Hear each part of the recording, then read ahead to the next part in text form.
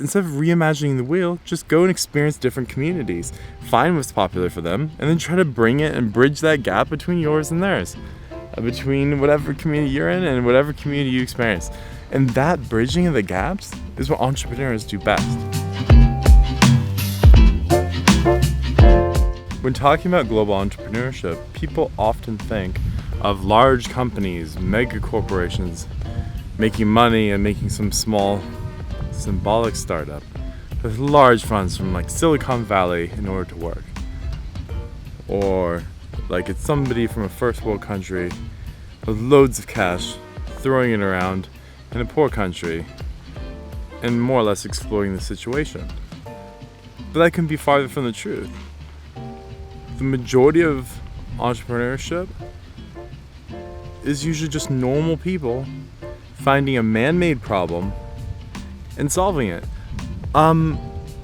Before in other videos, I've always mentioned how charities can be lightweight and fast in responding to natural disaster. You don't necessarily want social entrepreneurship and something with business goals and dividends and reinvestment when you're just trying to hand out food or water after a disaster. They're well suited to that situation. They're the best for the tool for the job. The same thing is true for man-made disasters.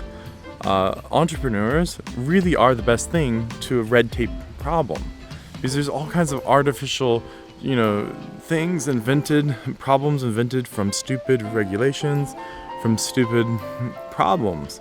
And they come in there and they just provide what people need in the cheapest way possible. And they make money doing it. It's wonderful. It's a win-win for both. And it's very, very common. Social entrepreneurship also takes the root of copycats who become highly successful even though they're originally not. Things like going to Thailand where energy drinks have been around for a long time and taking Red Bull out, swapping on a different logo and selling it as the most popular energy drink in the history of North America. Those are things that people do as entrepreneurs. They become large businesses by working between countries. There's huge opportunity there. It's 200 countries. You don't think there's a lot of stuff that they all don't have?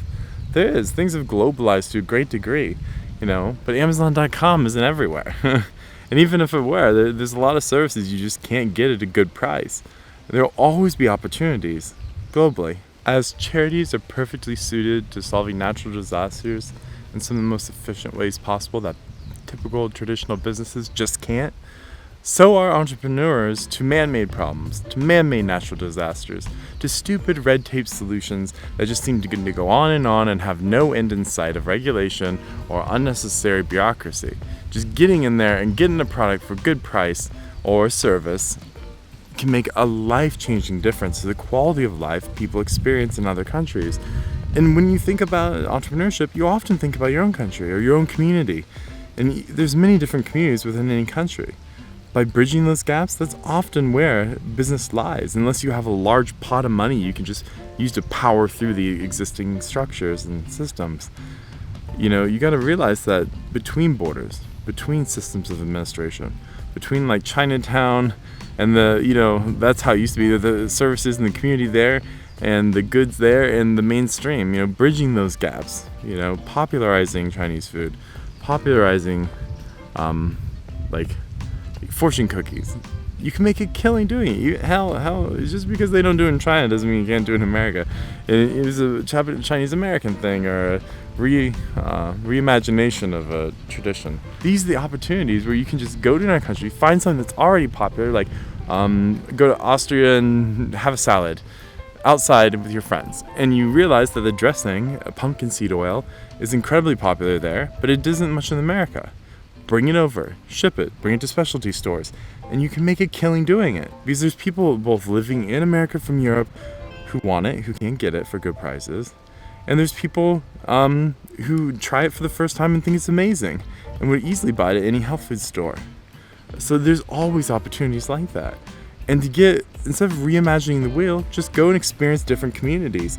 Find what's popular for them, and then try to bring it and bridge that gap between yours and theirs. Between whatever community you're in and whatever community you experience.